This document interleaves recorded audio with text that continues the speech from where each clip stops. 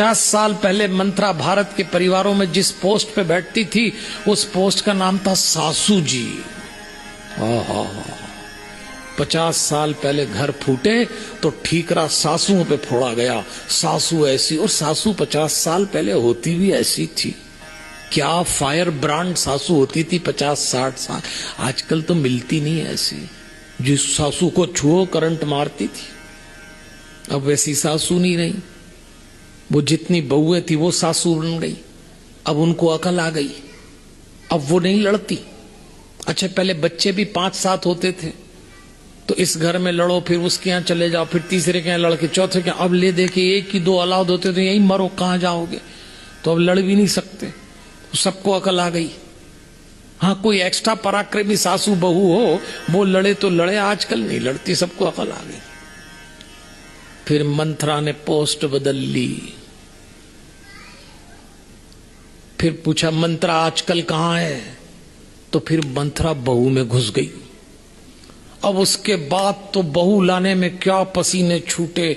फिर घर फोड़ा तो ठीक रहा, बहू पे फूटा है। बहू आई जब से ऐसा हुआ, बहू आएगी तो क्या होगा, बहू आई तो ऐसा हुआ। लेकिन अब तो मंत्रा बहू से भी निकल गई। आजकल मंत्रा न सासू में है न बहू में है, तो लोग हमसे पूछते हैं मंत्रा कहाँ है आजकल।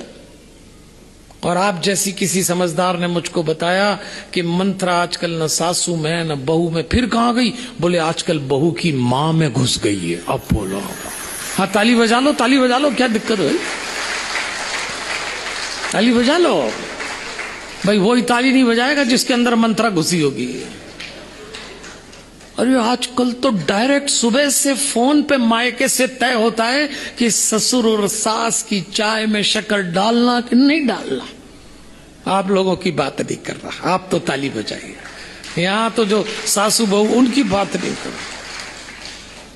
जिस दिन जो गृहस्थी मायके से कंडक्ट होगी, संचालित होगी, उस घर में महाभारत की इबारत लिखी जाएगी। इस पे ध्यान रखना। एक सीमा के बाद मर्यादा तय करिए पुत्री विदा होने के बाद। और जिसने वो मर्यादा लांघी है उसकी कहानी महाभारत की है। तो देवियों और सज्जनों, सुख सुविधाओं से संतानें कौरव तो हो सकती हैं, लेकिन संघर्ष से पांडव होती हैं।